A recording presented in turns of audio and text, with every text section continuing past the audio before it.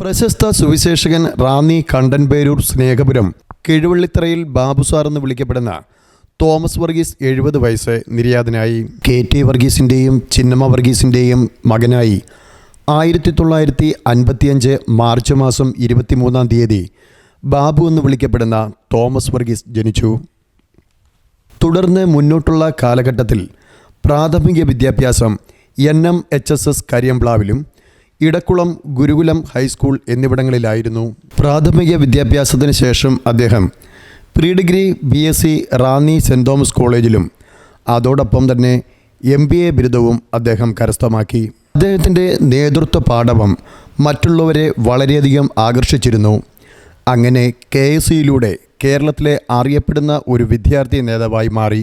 പിന്നീടുള്ള അദ്ദേഹത്തിൻ്റെ ജീവിതത്തിൽ ടൈംസ് ഓഫ് ഇന്ത്യയിലും മലയാള മനോരമയിലും സബ് എഡിറ്ററായി സേവനമനുഷ്ഠിച്ചു പോന്നിരുന്നു.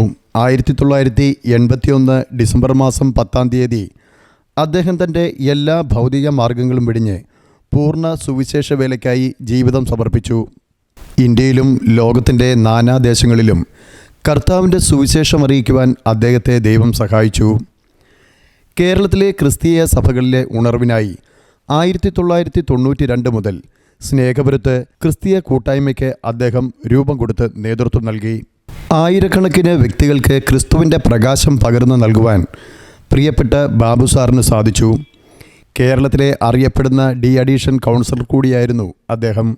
2004 മുതൽ അശരണരായ കുഞ്ഞുങ്ങളുടെ സ്വാതന്ത്ര്യത്തിനായി അവകാശികൾ ചിൽഡ്രൻസ് ഹോമുകൾ അദ്ദേഹം സ്നേഹപുരത്ത് സ്ഥാപിച്ചു. ഏകദേശം 404 കുഞ്ഞുങ്ങൾക്ക് ദൈവസ്നേഹവും ലക്ഷ്യബോധത്തോടെ കൂടെ ജീവിക്കാൻ അദ്ദേഹത്തിൻ്റെ പ്രവർത്തനം സഹായകരമായി. ഈ അവസരത്തിലും മനുഷ്യനോടൊന്നു മാത്രമല്ല ജന്തുക്കളെയും സസ്യങ്ങളെയും ഒരുപോലെ സ്നേഹിച്ചിരുന്നു. അതിൻ്റെ ഒരു ഉദാഹരണം അദ്ദേഹത്തിൻ്റെ ഭവനം സന്ദർശിക്കുമ്പോൾ മനസ്സിലാകും. അതാണ് സ്നേഹപുരം.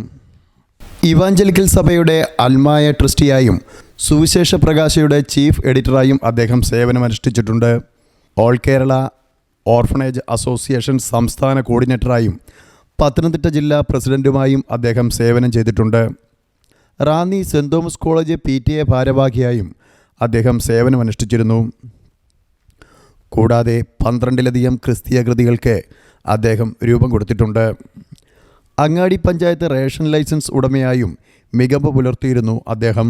അങ്ങനെ ജീവിതത്തിൻ്റെ നാനാതുറകളിൽ പ്രവർത്തിച്ച ഈ കർത്തൃദാസൻ 2025 മാർച്ച് മാസം ഭൂമിയിൽ നിന്ന് മാറ്റപ്പെട്ട് കർത്താവിൽ നിദ്ര പ്രാപിച്ചു.